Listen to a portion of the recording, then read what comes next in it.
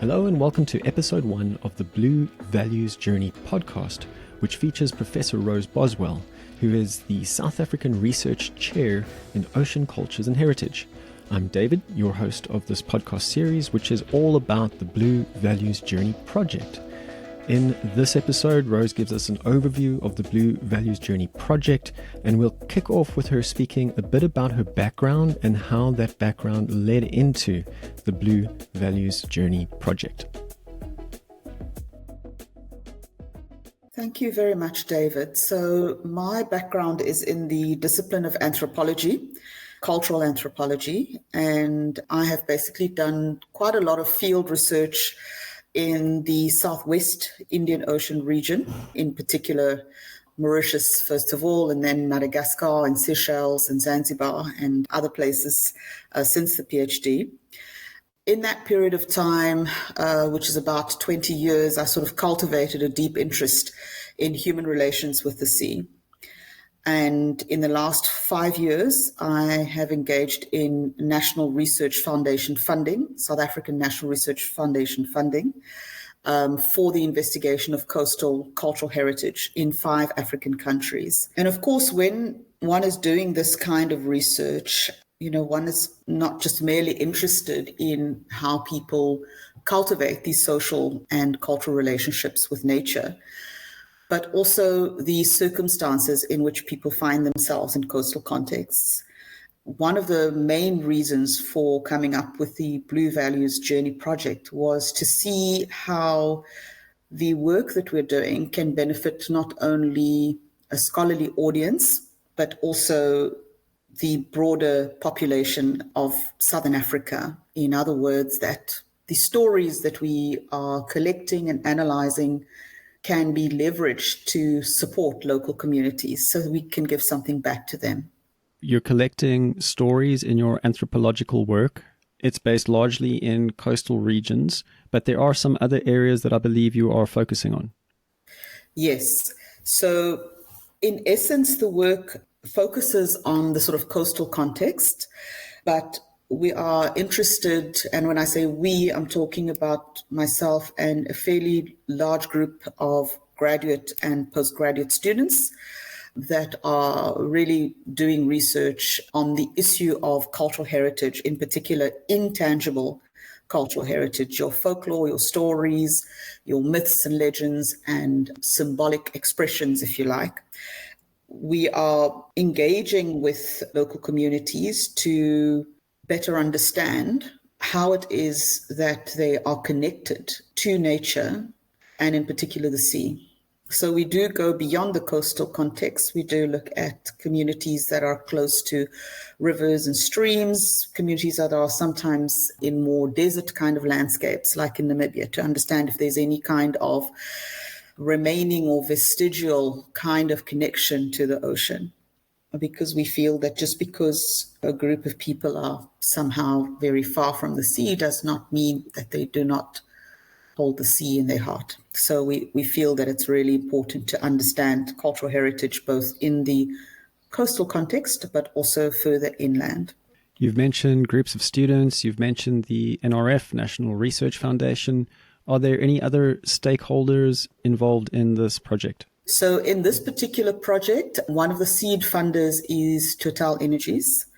They are funding this project because when our team conducted cultural heritage impact assessments in 2022, it was found that although local communities have this deep and enduring relationship with the sea and feel it important to protect it, that many of the communities were also suffering because of long-term socioeconomic marginalization and displacement. And so we were looking for a way to basically benefit local communities and to do it in a way that generates a measure of independence, but also resilience in a very fast changing environment, such as what we find in South Africa. So TotalEnergies is one of the seed funders, but our other supporters include the Indian Ocean Rim Association, or IORA, which through the Department of Trade and Industry is funding a similar project on coastal resilience. And we've done quite a bit of work for them for the Blue Values Journey here in South Africa, but also in Seychelles and hopefully soon in Madagascar as well.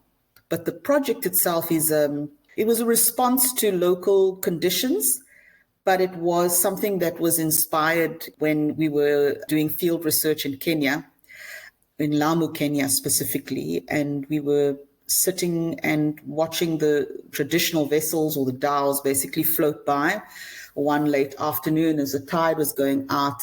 I was sitting there and thinking, there is such a complex and rich relationship that humans have, with the ocean, and yet we're not able to convey that really in academic writing, which kind of forces us into particular analytical frames and perspectives.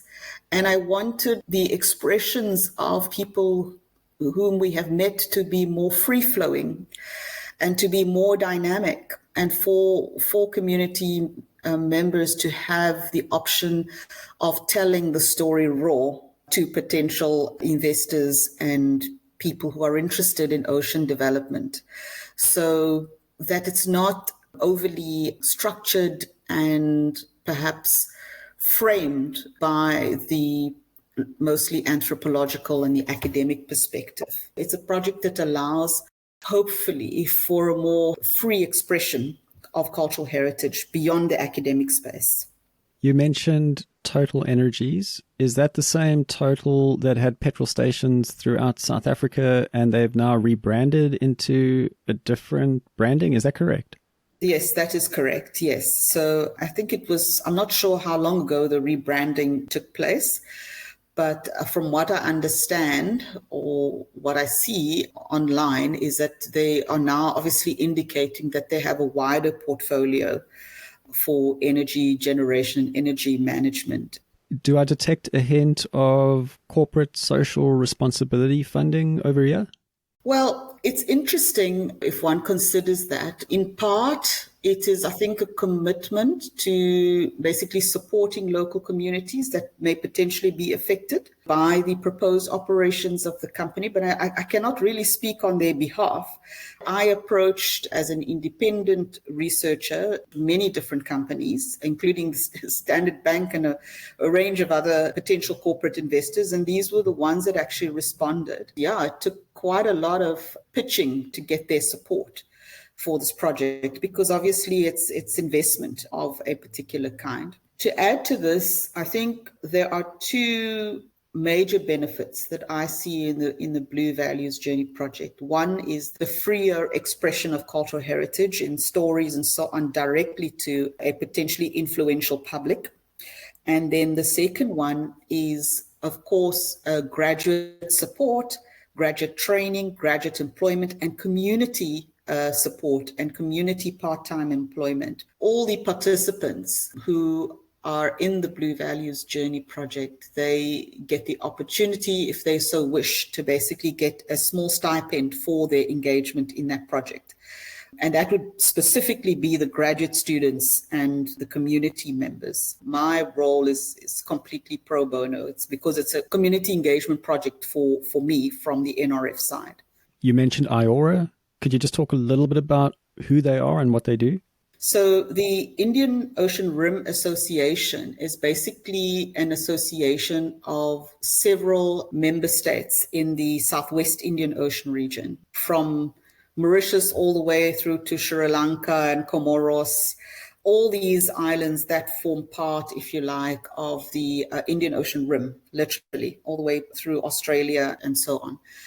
They engage on issues of common interest, trade facilitation, the development of tourism, the support of resilience in these coastal communities in a time of climate change, gender empowerment and education. I mean, I've been following their work for quite some time, and I thought it would be valuable also to engage them as an additional partner in this project, especially for the Southwest Indian Ocean chapter of the Blue Values Journey, because we were not going to get that kind of funding from other entities that are more nationally based. We needed to look at regional entities that have an interest in supporting local communities. In 2023, our team conducted field research for IORA both in South Africa and in the Seychelles, where we collected quite a rich data set on the African diaspora people living there and how they have migrated between these 115 or so islands of the archipelago of the main island of Mahé. In 2023, of course, we traveled to, I think it was 3 or 4 different islands of Mahé. We didn't get to all the other ones, and some of them are obviously not inhabited, but we tried to collect as much data as possible. And it was absolutely fascinating to see the connection between migration, oral history, music, and cultural creativity in the islands. And we're looking at ways to kind of repackage some of this information for a more public audience through the Blue Values Journey project. This is the first of 8 episodes of the Blue Values Journey podcast. I'm sure we will flesh out more details for what it's all about in the future. I just want to get a brief snapshot now of some examples of events and activities that occur under the Blue Values banner.